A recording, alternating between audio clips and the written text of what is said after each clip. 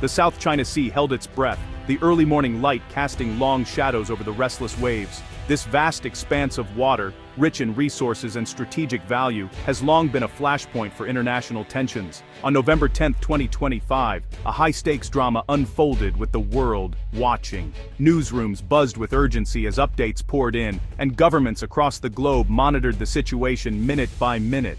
Two Philippine supply boats, Unaiza Mai 1 and 2, navigated perilous waters toward the BRP Sierra Madre, a rusted military outpost intentionally grounded on Ayungin Shoal. Their mission, to deliver vital supplies and reinforce the Philippines' claim to this contested reef. Blocking their path was the China Coast Guard, enforcing Beijing's sweeping claims over these disputed waters. The Chinese ships loomed large, their presence a stark reminder of the region's volatility. The air crackled with tension as Chinese vessels maneuvered aggressively, attempting to block and intimidate the Filipino boats. Every move was fraught with risk, as both sides tested each other's resolve. Radio warnings blared across the waves, a cacophony of competing commands and urgent pleas. Crews on both sides braced for escalation, knowing that a single misstep could spark a wider crisis. High above, a U.S. Navy P-8A Poseidon circled, its powerful sensors scanning the scene below. Its presence was a clear signal from Washington, a reminder that the world's most powerful military was watching closely. Was the Poseidon merely observing, or was it providing a silent deterrent against any aggressive Chinese action? Its shadow over the standoff added another layer of complexity to an already volatile situation. The world watched this scene unfold in real time, a frontline of a 21st century conflict where high-risk maneuvers and competing legal narratives play out not just on the water, but in the court of global opinion. The outcome here could shape the balance of power in Asia for years to come.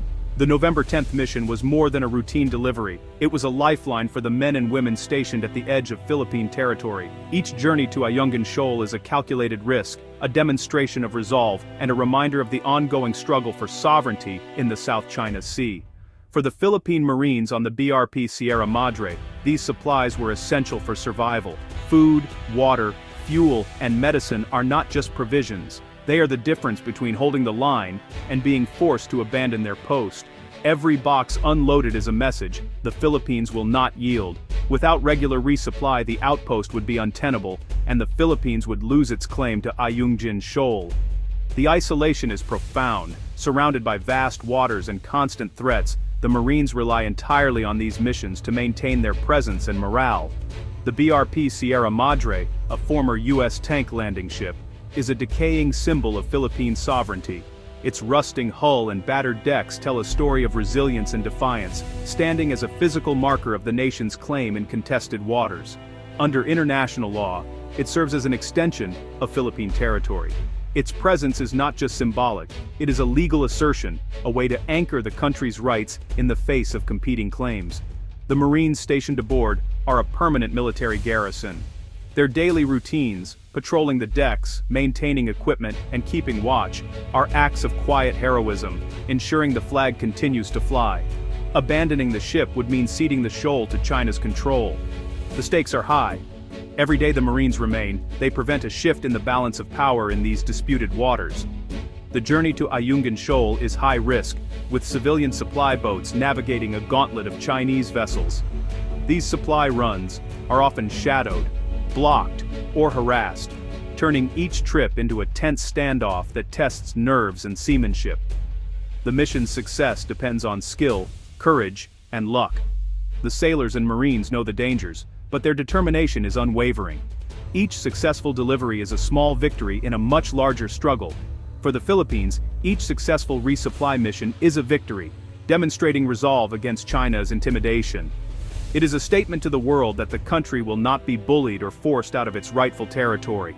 The government broadcasts these missions to expose China's aggressive behavior. By sharing footage and updates, they invite international scrutiny and support, turning each mission into a diplomatic tool as well as a logistical one. This turns each confrontation into a public relations battle, rallying support at home and abroad. The images of defiant Marines and supply ships braving the odds inspire national pride and international sympathy. The November 10th mission was a testament to the country's determination to uphold its rights. It was not just a delivery, but a declaration. The Philippines stands firm, ready to defend its sovereignty, no matter the odds or the obstacles ahead. As the Philippine convoy approached Ayungin Shoal, the China Coast Guard formed a blockade. The Chinese vessels, massive compared to the nimble Philippine boats, issued stern warnings. The Filipino captains held their course, demonstrating remarkable seamanship. The Chinese ships performed high-risk maneuvers, risking collision. The Philippine Coast Guard escort, BRP Cobra, bravely shielded the supply boats. As the Unverified boats neared the shoal, a China Coast Guard vessel unleashed water cannons. Despite the pressure, Unverified 1 broke through the blockade. The successful delivery was a significant victory for the Philippines. It showed that determination and bravery could overcome a material disadvantage. Life aboard the BRP Sierra Madre is a study in resilience. For the Philippine Marines stationed there, the rusting ship is their world. They endure isolation and the constant presence of Chinese vessels. The arrival of a resupply mission breaks the monotony and brings vital necessities. The sight of supply boats navigating the blockade is a source of pride. The Marines play a crucial role, ferrying cargo under the gaze of Chinese ships. Their presence is the bedrock of the Philippines' strategy at Ayungin Shoal. Their morale is a strategic asset. If it breaks, the strategy collapses.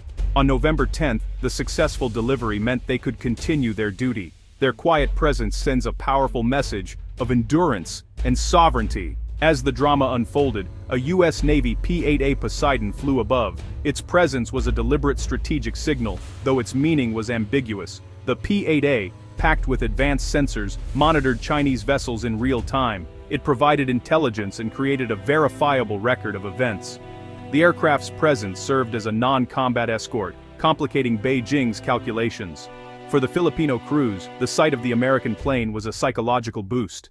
The U.S. maintains ambiguity, supporting its ally without direct confrontation.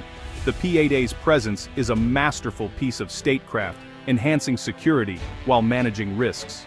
The P-8A Poseidon's flight was not just a routine patrol, but a carefully calibrated move in a high-stakes diplomatic game. Every maneuver, every flight path was chosen with precision, signaling intent without crossing the line into provocation. The United States maintains a mutual defense treaty with the Philippines, a pact that obligates both nations to respond to armed attacks against either party. This treaty, forged decades ago, remains a cornerstone of regional security, but its application is not always straightforward. China's use of so-called gray zone tactics, actions that are aggressive but fall just short of open warfare, creates a strategic dilemma. These maneuvers, such as deploying Coast Guard ships or maritime militia, are designed to assert control without triggering a direct military response. By sending the P-8A, Washington delivered a multi-layered message, a visible show of support for the Philippines, a subtle warning to China, and a reminder to the world that the U.S. is watching closely. The aircraft's advanced sensors provided real-time intelligence, giving Philippine commanders a clearer picture of the unfolding situation at sea. This information is crucial for making informed decisions in moments of crisis. Surveillance flights like these act as a check on Chinese assertiveness, raising the potential costs of escalation. The presence of American eyes in the sky forces all parties to think twice before taking risky actions. Yet the true nature of the P-8A's mission remains ambiguous. This deliberate uncertainty allows the U.S. to avoid direct confrontation while still making its presence felt. It's a delicate balance, projecting strength without inviting conflict. This approach gives Washington valuable flexibility. By using surveillance as a diplomatic tool, the U.S. can signal resolve, gather intelligence, and reassure allies, all without firing a shot. However, not everyone agrees with this strategy. Critics warn that such actions could embolden China to push boundaries further, or risk being misinterpreted by the Philippines as a guarantee of automatic military intervention. On November 10th, the American spy plane's presence served as both a deterrent and a reassurance, reinforcing the U.S.-Philippine alliance at a critical moment. It was a visible reminder that the U.S. stands with its ally. Importantly, the P-8A gathered vital intelligence without crossing any red lines that might trigger open conflict. This careful navigation of boundaries is central to Washington's approach in the region. The strategy of calculated ambiguity, never fully revealing intentions, helps manage great power rivalry while providing reassurance to allies who depend on American support. In the end, the P-8A's presence achieved its purpose, maintaining stability, deterring aggression, and avoiding escalation. The skies remained calm, but the message was clear. By enhancing security and supporting the Philippines without direct military involvement, the U.S. demonstrated its commitment to peace and partnership in the region. Ultimately, Washington's actions reflect a careful balancing act, supporting its allies, deterring rivals, and managing risk in one of the world's most contested and consequential regions. From Beijing's perspective, its actions at Ayungin Shoal are defensive. China asserts sovereignty over the South China Sea, based on historical claims. The China Coast Guard enforces domestic law within Chinese territory. China's strategy involves gradual control, without provoking military response.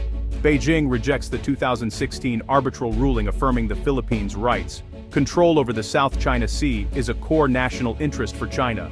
The Philippines counters China's advantage with a multi-pronged strategy. The first pillar is the rule of law, citing the 2016 arbitral ruling. The Philippines positions itself as the law-abiding actor against China's defiance. The second pillar is revitalizing alliances, especially with the U.S. Manila deepens security cooperation and forges ties with other nations. The third pillar is assertive transparency, publicizing evidence of China's aggression.